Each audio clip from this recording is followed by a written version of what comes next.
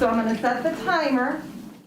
Just like many other lines of work right now, educators certainly are feeling the pressure in the classroom with so many things continuing to change. So this morning, we wanted to talk with our WTHR education expert, Jennifer Brinker, about 3 things educators wished parents knew. Mrs. Brinker, thanks for joining us. What's number 1?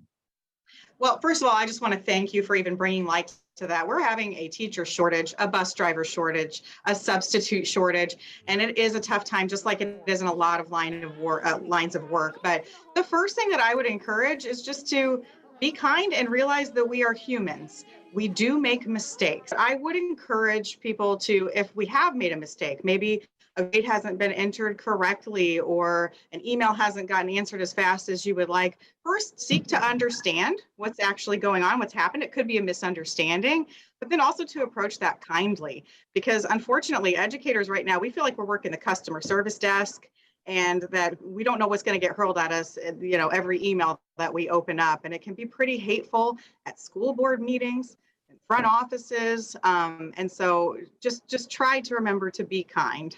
Yeah, a little grace can go a long way. As someone said, they wish that we would assume the best in people rather than the worst. What's number 2? I would just say have some faith and trust in us as educators. Listen, none of us went into this for the money, clearly. We went into this because we care about kids and we want to help kids. And, it feels like educators I talk to across the state often feel like some of that accountability piece is sometimes not happening. So if your child gets in trouble, don't assume the teacher is picking on your child. We have nothing to gain from that. If your child is not succeeding, we are not succeeding. And we take that very seriously. And if you do feel like there's a big issue with trust or something that you're concerned about, reach out and email that teacher or the administrator, because normally sitting down and having a conversation, a civil conversation, is just going to lead to understanding. And again, not assuming the worst. Just give us a little bit of trust. All right. And what's number 3? Number 3 is just to keep in mind, you are your child's first and most important teacher that they're ever going to have. And that means give yourself some credit when things are going really well, because they are learning from you from the moment that they came into this world, and also problem solve with us when things are not going so well, because that's going to happen for every kid too. They're kids. So just keeping that in mind, be involved. It's more accessible than ever for parents to get online, see their children's grades.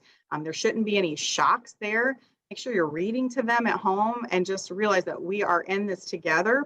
We've got them for about 7.5 hours a day, and that is hugely impactful, but you've got them for a lifetime. So just, stay involved. All right. Hey, I appreciate it very much. Thanks for what you do, Mrs. Brinker. More online at WTHR.com. We'll see you next time. I'll see you next time.